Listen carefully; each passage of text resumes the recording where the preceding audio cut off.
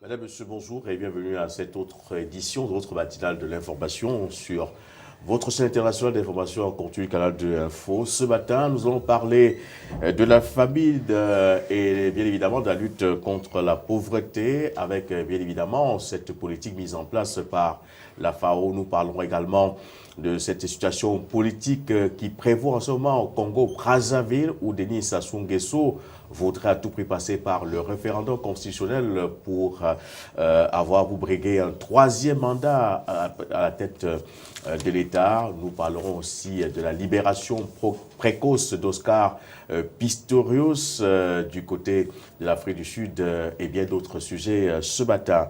Je vous retrouve dans une petite poignée de secondes pour recevoir sur ce plateau Serge Bondjet.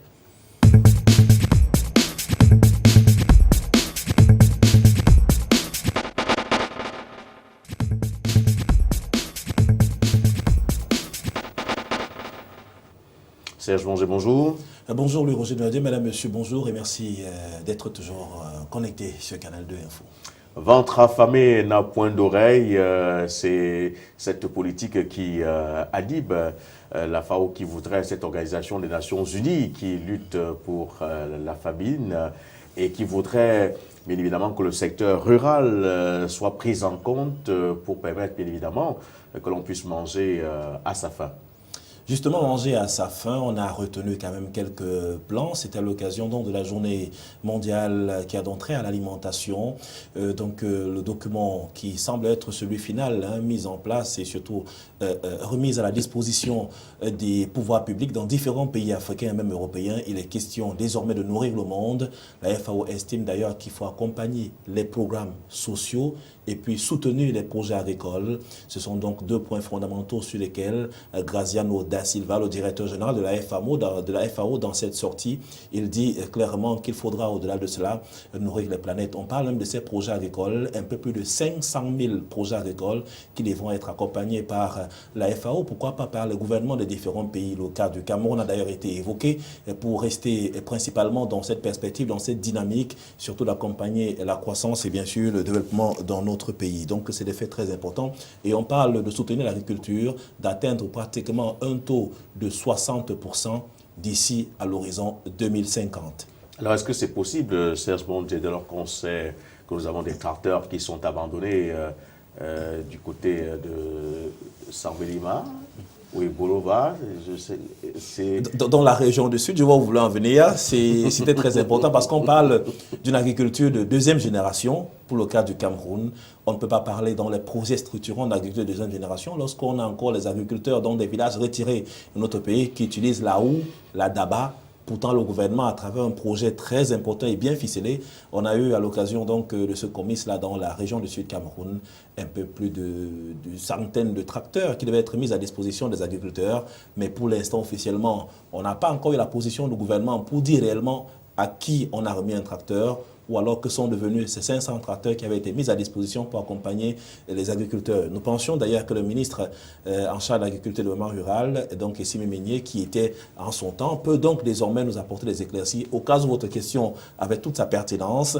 Et déjà, on se dit aussi par la même occasion que le gouvernement entend donc déployer davantage sur le terrain d'autres usines allant dans le sens de la fabrication de ces tracteurs-là même. On a beaucoup de régions au Cameroun qui sont essentiellement agricoles. Le cas de la région de l'Ouest, par exemple, qui a besoin de ce coup de main-là. Si on parle d'agriculture moderne, il faut effectivement rentrer dans ce sens-là. Et ce n'est pas de cela seulement qu'il s'agit. Il s'agit d'accompagner sur le plan éducatif, sur le plan social, sur le plan sanitaire, les populations qui ont besoin de tout cela pour essayer simplement d'évoluer. Même si d'autres experts pensent que les projets qui sont mis en place sur le plan social pour accompagner les populations peuvent être détournés, parce que la volonté manifeste de ces personnes n'est pas toujours d'aller au bout de leur projet, mais je pense que les pouvoirs publics, le gouvernement a les moyens nécessaires pour encadrer ces projets, également les financer de manière conséquente pour le bonheur des populations et même pour l'image de notre pays. Mais avant qu'on ne parte, Serge, bon, je pense quand même qu'il faut d'abord que les personnes, que le monde rural ait l'accès à la terre, qu'on ait l'accès à des semences améliorées, que l'on ait accès à un petit financement. Il y a même une banque qui vient d'être mise sur pied pour permettre donc à ces paysans du monde rural de pouvoir avoir accès au financement pour améliorer cette agriculture que l'on voudrait bien évidemment développer dans le secteur rural. C'est bien, vous avez soulevé un point important dans votre argumentaire, c'est de parler du droit, donc la propriété foncière dans ces villages de plus en plus difficiles. On a quand même des situations regrettables, hein. Il y a des personnes qui sont financièrement nanties, qui vont dans des villages acheter des hectares et des hectares de terre, oubliant bien sûr qu'au départ, sur ces hectares de terre, il y a des populations locales qui vivent. On ne prend que le cas, par exemple, du département du Mungu aussi, avec plusieurs entreprises qui sont en train de s'installer là-bas, donc foulant même au pied les règles édictées par les pouvoirs publics. Maintenant, l'agriculteur, le paysan qui s'y retrouve, est-ce qu'il a la manœuvre nécessaire pour pouvoir se faire fabriquer pour lui son titre foncier véritable? Donc c'est les populations pauvres, c'est les populations qui n'ont pas les moyens nécessaires pour s'octroyer même ces terrains-là. Maintenant, le tout n'est pas d'avoir ces terrains, au-delà de la garantie qui peut être celle de l'agriculteur, mais il faut aussi que ces populations-là puissent être appuyées dans leur plan de développement rural par les populations locales. Les communautés peuvent bien entendu le faire, mais la forte participation des pouvoirs publics, même du gouvernement, à travers l'octroi des intrants, entre autres, qu'on a eu l'occasion d'indiquer, créer véritablement de la valeur ajoutée pour les populations locales dans cette zone, parce que la FAO, dans son rapport, indique qu'il faudra accompagner plus de 500 000 organisations paysannes dans le monde. Donc le cas du Cameroun peut effectivement être véritablement pris en compte. Donc derrière cela, on aura l'occasion de voir que dans nos villages, il faut créer de la richesse, il faut permettre à ce que les jeunes qui créent bien sûr cet exode rural-là, partant dans ces villages pour se retrouver dans la ville, qu'ils puissent avoir du travail. Maintenant, ce travail ne peut être que possible s'il y a des moyens conséquents qui sont mis en place. Mais les conséquences de cette absence totale donc, de ces jeunes pour préserver même ces patrimoines-là, nous avons le verger qui est de plus en plus vieillissant, les moyens de transport qui sont pratiquement inexistants, et puis l'accompagnement même à travers les pesticides à usage agricole, même si on parle des OGM qui sont désormais en veilleuse dans notre pays, le Cameroun. Le ministre de la Santé publique n'a pas encore donné les garanties nécessaires sur les effets induits même de ces OGM-là. Mais toujours est-il qu'on a un œil ouvert pour voir comment est-ce que les populations doivent être accompagnées, non seulement par les autorités locales et par les organisations internationales locales de la FAO aujourd'hui. Merci Serge Bondien. Merci. On espère bien évidemment que cette politique sera mise en œuvre pour que l'agriculture, sur le plan bien évidemment global, le plan global puisse permettre à ce petit monde, hein, le petit monde rural, de pouvoir manger à satiété. Alors, Elie Smith, bonjour. Bonjour. C'est quand même un sujet qui est préoccupant, le sujet de la famine dans le monde.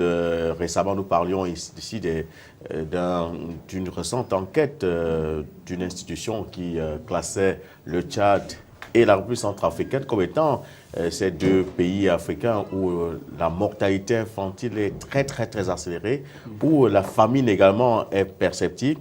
Alors, est-ce qu'un tel projet ne pourra pas également permettre à ce que la famine puisse quand même être résorbée dans ces deux pays? En théorie, oui.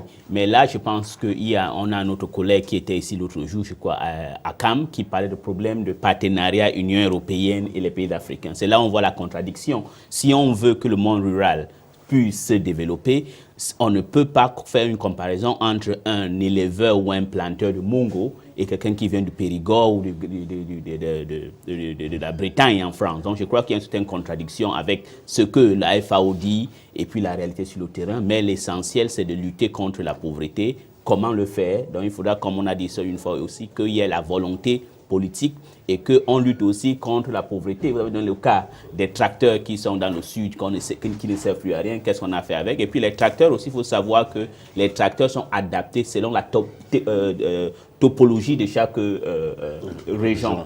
Un tracteur à utiliser dans l'ouest n'est pas le même tracteur qu'on peut utiliser dans les régions du littoral ou les régions côtières ou dans les régions sahéliennes. Merci Elie Smith. Lille Piétou, bonjour. Bonjour Louis Roger, bonjour aux téléspectateurs de la matinale de l'information. Alors ça me fait plaisir de vous avoir ce matin, même si vous êtes là pour que nous puissions évoquer un sujet assez douloureux. C'est donc cette journée de deuil national qui suit les prolongations avec cette grande messe et qui est annoncée ce jour pour rendre un vibrant hommage à tous ces Camerounais morts au pèlerinage à la Mecque. et même les familles des victimes. Vous nous en parlez davantage. Tout à fait, Louis Roger. Il faut dire que c'est organisé par le ministère de l'administration territoriale et de la décentralisation. Donc cet après-midi au Palais des Sports du côté de Yaoundé, on aura une grande messe œcuménique qui va mobiliser tous les pans religieux au Cameroun. Vous aurez les musulmans, les protestants, les catholiques et bien d'autres églises qui opèrent au Cameroun. Ce sera l'occasion d'élever les voix vers le ciel pour prier pour ces personnes-là qui sont mortes du côté de Mina et que le chef de l'État a d'ailleurs décrété la journée de vendredi dernier comme la journée de deuil national. Et le ministre a pensé qu'il était plutôt important parce que le vendredi, les gens n'ont pas beaucoup compris ce que c'était que la journée de deuil national. Il fallait le recueillement, il fallait élever les prières vers le ciel et on a jugé important cet après-midi d'organiser cette grande messe du côté du Palais des Sports de Yaoundé. Il faut quand même signaler que le président de la République, au-delà de ce décret, a également demandé au ministre en charge de l'administration territoriale de la décentralisation, René Emmanuel Sadi, qui est le président de la commission du Hadj, de débloquer 70 millions de francs CFA pour les familles de victimes et d'aller sur le terrain, de mener des investigations pour évaluer les problèmes de ces familles-là en vue d'un autre déblocage subséquent. C'est dit quand même qu'au-delà de cette mince action de grâce, il y a eu quand même des efforts qui ont été faits par le gouvernement pour essayer d'apaiser le cœur des familles durement éplorées.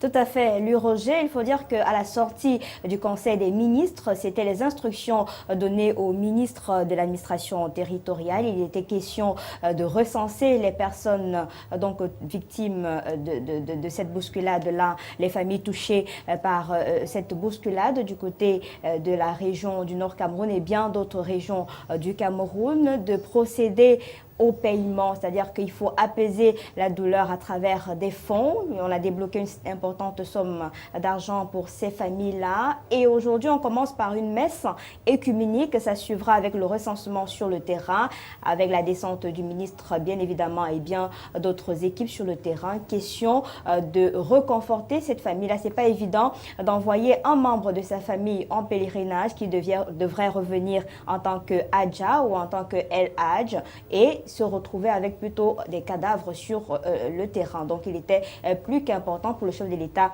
d'apporter son soutien à ces familles-là et d'instruire son représentant qui est le ministre de la décentralisation de faire les efforts pour que ces familles-là ne puissent pas souffrir doublement. Donc c'est un effort à saluer.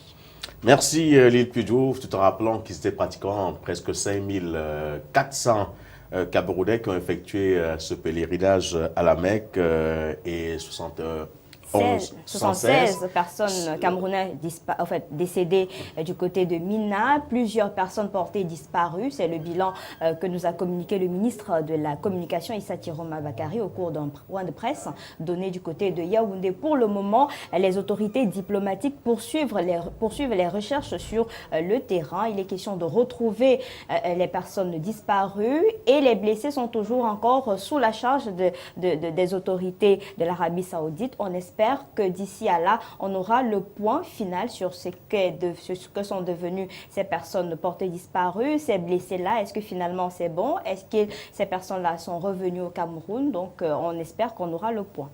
Merci d'être passé, Lille Piedjou, et très bonne journée à vous. Très bonne journée, Louis Roger. Alors, Ellie Smith, c'est quand même une grande première. On n'était pas habitué à des deuils nationaux au Cameroun, mais aujourd'hui, on se rend compte quand même que les pouvoirs publics prennent conscience. Nous avons eu souvent des accidents mortels où on a resté des trentaines de morts, mais on n'a jamais eu à décréter un deuil national, mais cette fois-ci, ça commence à aller, on peut le dire comme ça? Oui, ça commence à aller. Vous savez, il ne faut pas toujours qu'on commence à avoir des idées, des théories conspirationnistes derrière.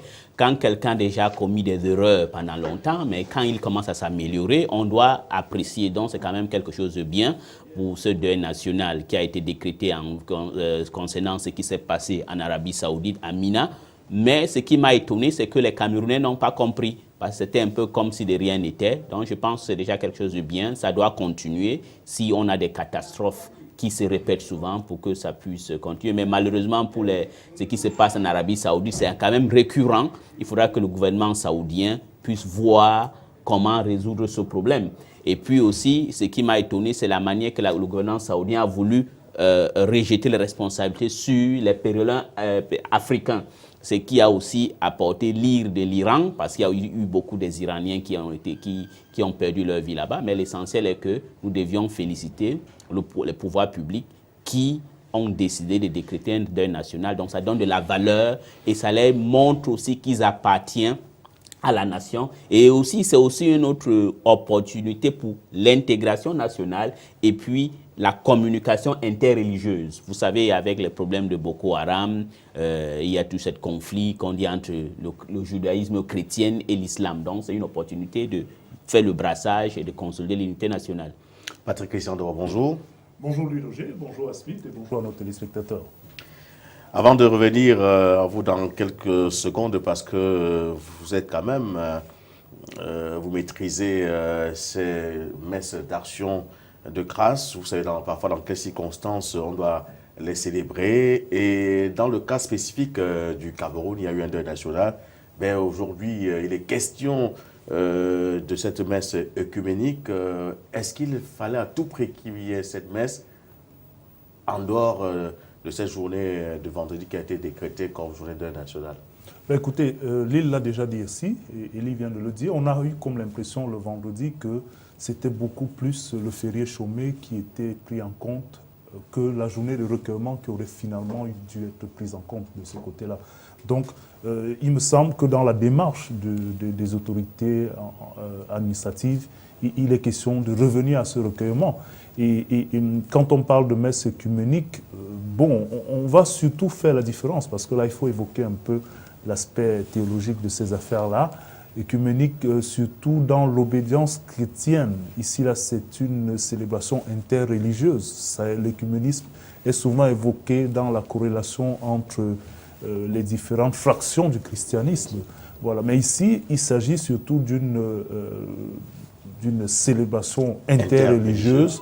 Voilà, parce que ici, on ne fait plus de distinction. C'est vrai que le drame est arrivé sur le pied, n'est-ce pas, d'une célébration, disons, d'une manifestation spirituelle liée à la religion musulmane, mais à l'islam, autant pour moi. Mais ici, il s'agit de mettre ensemble toutes les communautés religieuses du Cameroun pour pouvoir se recueillir en la mémoire, n'est-ce pas, de ces compatriotes qui sont d'abord des Camerounais, avant d'avoir une religion différente peut-être de tous ceux qui seront là. Donc il me semble que c'est de bon ton, c'est bienvenu de pouvoir avoir cet espace-là qui permet finalement aux Camerounais de se reconnaître d'abord en tant que Camerounais et de dépasser les clivages, n'est-ce pas, religieux, qui très souvent sont manipulés par quelques-uns pour tenter de diviser. On a vu ailleurs, même chez nous, on a tenté à un moment donné avec ce qui se passe dans l'extrême nord, de vouloir souvent mettre sur le brésier ces différences religieuses pour séparer les populations. C'est le bon ton et comme le disait Elie, il me semble que ça peut permettre de consolider l'unité nationale au-delà de ces clivages. Une autre affaire qui ne viendra pas consolider l'unité nationale, c'est également l'affaire Oscar Pistorius en Afrique du Sud. Certains sont pour sa libération provisoire, d'autres non. Alors, comment avez-vous appris cette nouvelle, une libération précoce 24 heures avant la date du 20 octobre, dans ce jour qui avait été annoncé officiellement comme la date de sa libération provisoire? Ben, il me semble que sur le plan de la forme, hein, c'est simplement peut-être parce que l'administration pénitentiaire, les autorités du côté de l'Afrique du Sud n'ont pas voulu offrir à la scène médiatique ce qui aurait pu se passer aujourd'hui. Vous vous rappelez le cas de la période Mbanga ici au Cameroun. On attendait pour le lendemain et puis on l'a fait en catimini. C'est peut-être un peu pour décanter l'atmosphère tendue autour de cette problématique. Vous savez que d'ici début novembre, il y aura le procès en appel parce que le parquet a fait appel pour une reconsidération, n'est-ce pas, de cette condamnation. En titre de rappel, Oscar Pistorius a été condamné il y a 1 an à 5 ans d'emprisonnement. Et cette fois-là, le motif de condamnation était plutôt l'homicide involontaire qui a été retenu. alors que le parquet estime qu'il faudrait reconsidérer, il aurait dû être condamné pour meurtre, avec préméditation même d'ailleurs. Donc il encourt la peine à vie, et pour le cas d'espèce, la loi en Afrique du Sud prévoit qu'au bout d'un 5e, n'est-ce pas, de la peine, le condamné peut sortir. C'est le cas d'espèce après 1 an. Ce triste souvenir de ce 14 février 2013 qui aurait dû être pour lui et sa petite amie Reva Steenkamp, ce qui aurait pu être une autre journée d'amour, comme ils avaient eu à la C'est la Saint-Valentin. La Saint-Valentin qui est finalement devenue une journée du drame. Et voilà donc, qui dit vrai dans cette histoire, c'est tellement triste parce que Reva, c'était quand même 29 ans. Elle atteignait pratiquement la gloire de sa carrière sur le plan de sa profession en tant que mannequin. À 26 ans, il était finalement adulé paralympique en tant que sportif. Et c'est bien triste, au-delà de toutes les batailles judiciaires qui vont se placer, parce que la famille, les proches, il y a toujours des personnes qui tirent les ficelles. Cela ne va jamais ramener la vie de Reva. Oscar Pistorius, est-ce qu'il est sincère? En tout cas, les juges lui intiment, n'est-ce pas, de pouvoir suivre une psychothérapie bien adaptée. Il va certainement faire des travaux d'intérêt général. Il va certainement aussi devoir rester en résidence surveillée. On lui interdit de pouvoir manier des armes. Donc, c'est triste. Dans le dénouement de cette affaire, il y a à la fois la passion, il y a à la fois l'émotion, la tristesse, et puis on va dire quel gâchis finalement. Alors, quel gâchis, Ellie Smith, l'affaire Oscar Pistorius, la justice décide d'anticiper sa libération. Est-ce que vous l'analysez comme Patrick Christian de disait tout à l'heure, que c'était pas là pour que les médias n'aient pas matière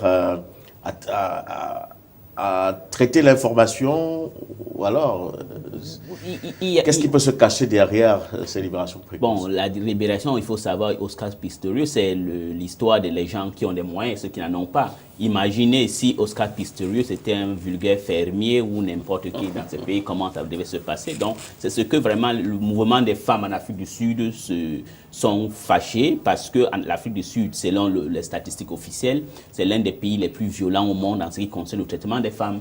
Donc, on estime qu'une star comme Oscar Pistorius tuer une dame comme Reva Steenkamp, et puis après 1 an, on lui met dehors, ça donne encore libre champ à tous les hommes qui estiment que si ta femme est cocu, tu dois la battre. Donc, c'est pas normal. Moi, je trouve que c'est injuste. C'est très injuste, comme ce qui se passe en ce moment du côté du Burundi avec l'affaire Estras Dikumana, le reporter de Radio France Internationale qui avait été tabassé le 2 août dernier par le service national de renseignement au Burundi. Aujourd'hui, RFI porte plainte. Est-ce que c'est une plainte qui pourra aboutir? Est-ce que Pierre Nkurunziza va entendre d'une oreille ce qui est en train de se passer autour de lui, Ellie Smith?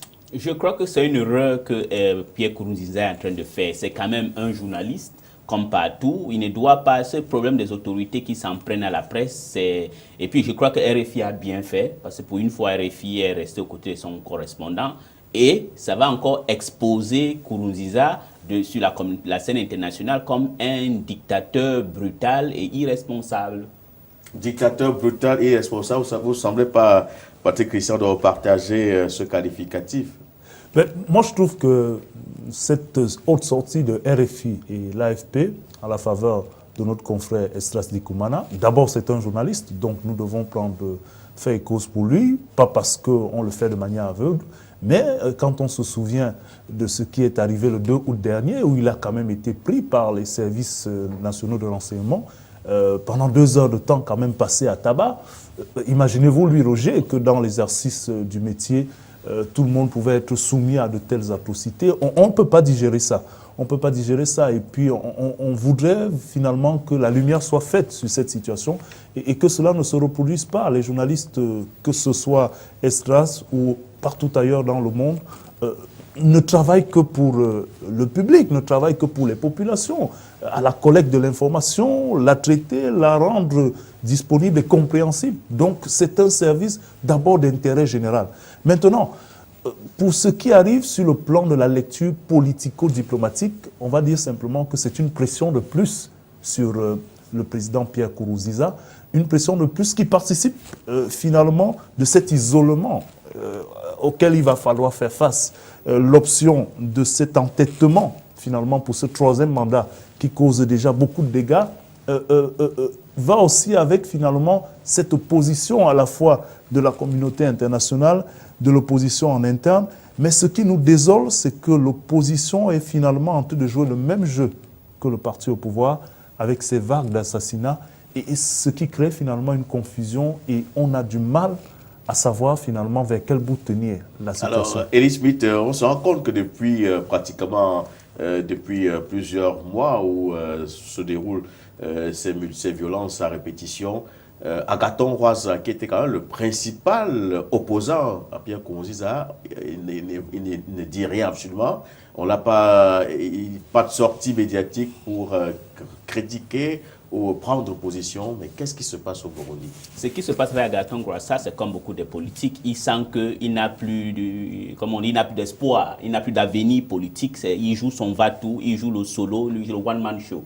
Et c'est ça qui est malheureux parce que il a entraîné beaucoup de gens derrière lui et maintenant il joue son jeu. C'est ça qui est un problème de beaucoup des hommes politiques en Afrique. À un certain moment, il se dit, j'ai déjà atteint 70 ans, je n'aurai rien, donc vaut mieux que j'y reste. C'est malheureux. Et en revenant sur moi je trouve que c'est tout à fait normal. Quand un gouvernement violent et dictatorial, c'est comme ce qui s'est passé au Congo où on tue des journalistes. Il y a un journaliste qui s'appelle Bruno Osebi. On lui est brûlé dans sa maison avec ses 2 enfants et sa femme. Il n'est pas mort, on est allé le tuer à l'hôpital militaire. Il y a un autre journaliste qui s'appelle Joseph Mbouala. On lui est tué aussi, comme ça on a jeté dans la rue. Bon, je ne vais pas appeler de moi-même au Congo-Brazzaville. Je voudrais revenir sur votre cas. Voilà. Allez-y. Moi-même au Congo-Brazzaville, ils sont venus chez moi, ils ont cassé tout, ils ont violé ma soeur. Et les gens qui ont été violés, on les a libérés dernièrement. Vous voyez que c'est le système que je trouve que RFI a bien fait. Vous voulez que les opposants fassent, qu'ils se croisent les mains et qu'on les massacre? Non, mais peut-être pas aller à l'assassinat. Non, un homme comme Pierre Nkurunziza ne mérite pas de sympathie. C'est un homme violent. Et puis il dit même qu'il est pasteur. Non, ce n'est pas ça. Il ne donne pas un honneur à l'Afrique. Pierre Nkurunziza mérite ce qu'il est en train d'avoir. Mais si Luloger le permet, c'est vrai, nous sommes d'accord, Elie, mais il est important de dire que finalement, on ne pourra pas répondre à Pierre Nkurunziza en sémant aussi la désolation. Parce que les assassinats et tout ce qui se passe là ne fait que mener la confusion. Est-ce qu'il n'y aurait pas d'autres moyens pour pouvoir faire vaciller le pouvoir de Nkurunziza? C'est de ça qu'il s'agit.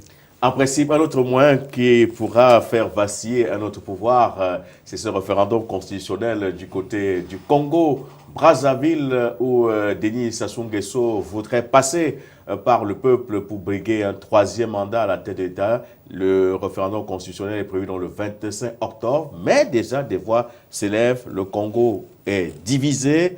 Elie Smith, vous maîtrisez bien la situation qui prévaut en ce moment. Alors dites-nous, est-ce qu'il y aura véritablement élection dimanche ou c'est une situation chaotique qui est envisageable? Non, il y aura une élection. Comme j'ai toujours dit, il y aura une élection et il va frauder parce qu'il ne peut pas gagner les élections. Un référendum? Un référendum. Il y aura un référendum qui va se passer. Vous voyez déjà, 32 ans au pouvoir. C'est trop. Il y aura un référendum. Il y en a qui ont fait plus. Hein, non, mais la différence, c'est quoi? Ce n'est pas souvent le problème de la longévité. Je donne un exemple. On revient par exemple au cas du Cameroun. Paul Biya, ça fait 33 ans qu'il est au Cameroun. Ce n'est pas un clan qui est au pouvoir au Cameroun. Ce n'est pas la famille de Biya. Jamais tu n'as pas compris que M. Frank Biya ou sa femme est venue être directrice de telle chose. Au Congo-Brazzaville, il y a un accaparement de pouvoir par les Nguesso. Ce n'est pas normal. C'est ça le problème. Quand tu t'accapares et tu ne distribues pas. Et ce qui a tué et qui va tuer Denis Sassou Nguesso, c'est qu'il a méprisé l'opposition congolaise. Voilà le problème. Donc je voulais dire, pour répondre à votre question, oui, il va organiser ce référendum sur une base frauduleuse et il va passer, mais il y aura une série d'instabilités au Congo qui fera que Denis Sassou Nguesso va partir du pouvoir humilié et il ne le mérite pas. Voilà un monsieur, il est ami à Nelson Mandela, il est ami à Olusegun Obasanjo, il est ami à Jerry John Rawlings, il est ami à Joachim Chissano, il est ami à beaucoup de gens qui ne sont plus au pouvoir aujourd'hui et qui mènent une vie. Regardez Goodluck Jonathan. Il a une vie après la présidence. Denis Sassou Nguesso a fait le développement au Congo. Mais ce qu'il est en train de faire, Il est en train de faire comme Pierre Nkurunziza. On aurait appris qu'il a même donné de l'aide à Pierre Nkurunziza. Il a financé le coup d'État au Burkina Faso. Donc je pense qu'il serait humilié. Ce n'est pas une bonne chose pour l'Afrique. Ce n'est pas une bonne chose pour le Congo. Alors, Patrick Christian, d'abord, est-ce que vous pensez que Denis Sassou Nguesso, 32 ans au pouvoir, plus de 32 ans au pouvoir, que Denis Sassou Nguesso pourra quitter comme un vulgaire personnage? Ça, l'avenir nous le dira. Je n'ai peut-être pas la certitude et les attitudes de la vision à venir, n'est-ce pas, comme Eli Smith. Il a peut-être le vécu en République du Congo, Brazzaville, mais vous savez, les situations sont difficilement calcables. Autant je conviens avec lui qu'il y a quand même une certaine mainmise du clan Nguesso sur les affaires publiques du côté du Congo. Autant je voudrais dire aussi que, vous savez, le jeu d'alliance dans la gestion du pouvoir, et notamment en Afrique centrale, compte beaucoup dans le dénouement d'un certain nombre de situations. Et que ce qui va se passer au Congo va bien évidemment dépendre aussi des attitudes du Cameroun, de la Guinée équatoriale, du Gabon. Voilà autant de facteurs qu'il faut prendre dans la situation congolaise. C'est vrai qu'il y a un bouillonnement à l'intérieur, parce que l'opposition, il faut le dire, est quand même en train de se mobiliser. Et c'est peut-être là qu'on pourrait dire de Denis Sassou Nguesso qu'il a un talon d'Achille, celui de n'avoir pas pris à sa hauteur et à sa juste mesure la capacité de mobilisation de l'opposition.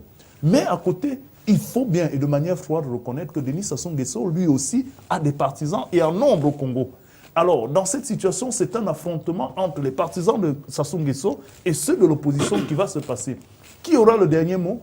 Il me semble que le jeu d'alliance, je l'ai souvent dit ici, au Congo, va être déterminant. Mais à côté, attendons de voir ce référendum et la suite de la semaine de ce référendum, on pourra se faire une idée vers les orientations que finalement cet entêtement, comme on le considère maintenant, de Denis Sassou Nguesso pour ce mandat, va prendre. Mais un référendum que l'on passé par quand même l'opposition, parce que l'opposition a son mot à dire. On a vu par exemple, on le disait avant ce programme, qu'il y a eu des négociations entre le pouvoir et l'opposition. Alors ces négociations-là ouvrent peut-être la voie à ce référendum apaisé qui est entendu pour ce dimanche. Oui, cette négociation, ça a commencé hier. C'est parce que d'abord, Denis Sassou Nguesso a beaucoup méprisé le peuple congolais. C'est tout à fait normal. Il a pris l'opposition. Même moi-même, je suis un peu étonné par l'attitude de l'opposition congolaise. Je n'étais pas sûr qu'ils pouvaient se mobiliser comme ils se sont fait là. Je dois même revoir la dernière page de mon livre sur l'opposition congolaise tout de suite parce que je les avais donné que c'était des bandes de irresponsables. Peut-être que ce livre leur a donné matière à réfléchir. Peut-être, ça les explique. Donc moi, je pense que quoi? D'abord, ils ont fait une certaine dialogue à Sibiti, dans une ville qui a été prise hier par l'opposition. Donc, l'opposition contrôle une ville au Congo maintenant. Mais cette dialogue n'était pas inclusif. Parce qu'il faut être inclusif. C'est ça qu'on a reproché au Burkina Faso la dernière fois. Il faut être inclusif. Il ne l'a pas fait. Le dialogue qu'il a commencé hier, il a demandé à l'ambassade des États-Unis, l'ambassade de France et de l'Union européenne de rencontrer l'opposition pour que l'opposition doit s'apaiser. Mais quand tu veux un dialogue, tu mets quoi sur la table? L'opposition demande à Denis Sassou Nguesso de retirer le projet de référendum.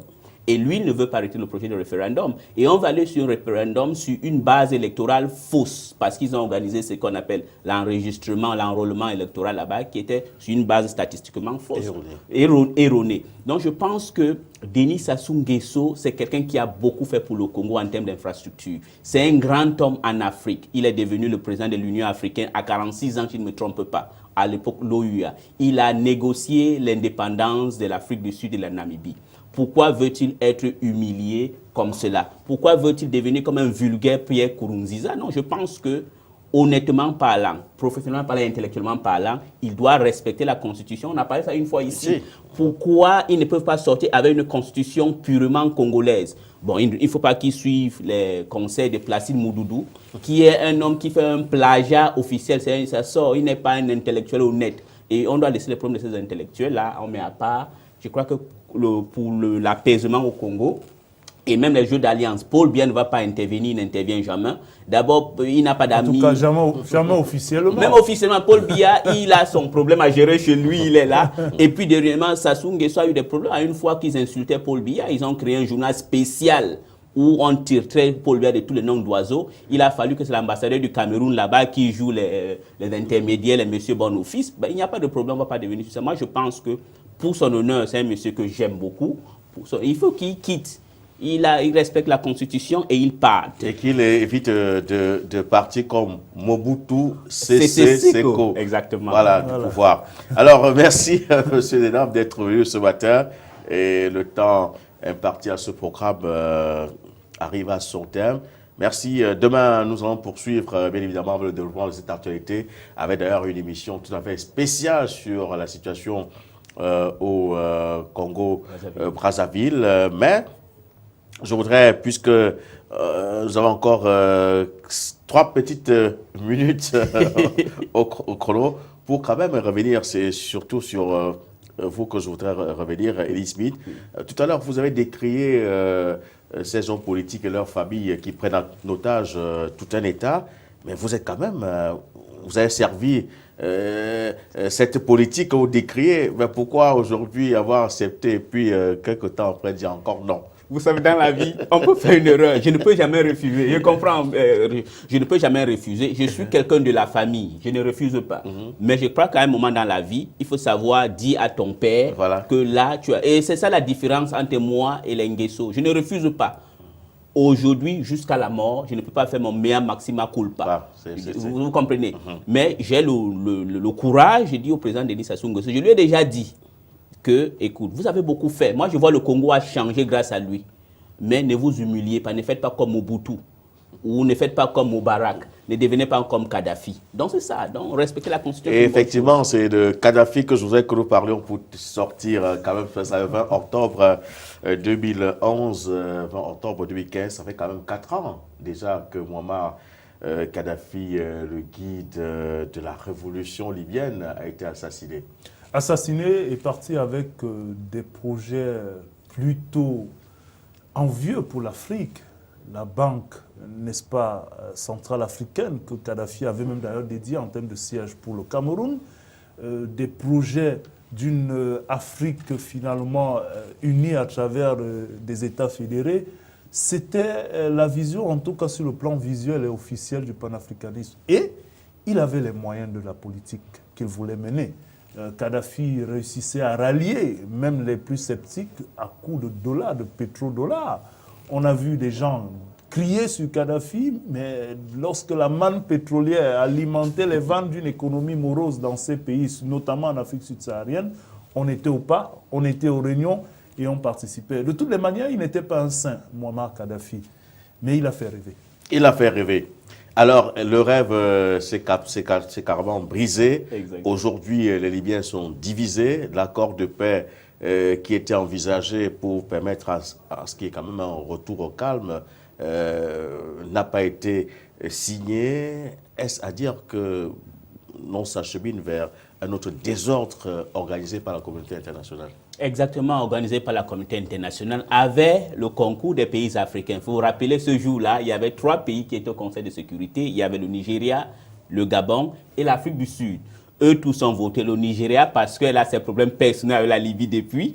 Donc, je pense que oui, la communauté internationale a participé. Et voilà même la raison pour laquelle le président russe intervient en Syrie parce que les termes de ce qui a été écrit n'avaient pas été respectés. C'est malheureux, mais c'est aux Libyens maintenant de se dire que nos égos individuels, on doit les taire pour l'intérêt national de la Libye et que l'Union africaine aussi doit s'impliquer dans la résolution des conflits en Libye. Merci. C'est ici que nous mettons un terme à cette autre édition de la matinale de l'information sur le canal de Info. Nos programmes se poursuivent. Ne quittez pas.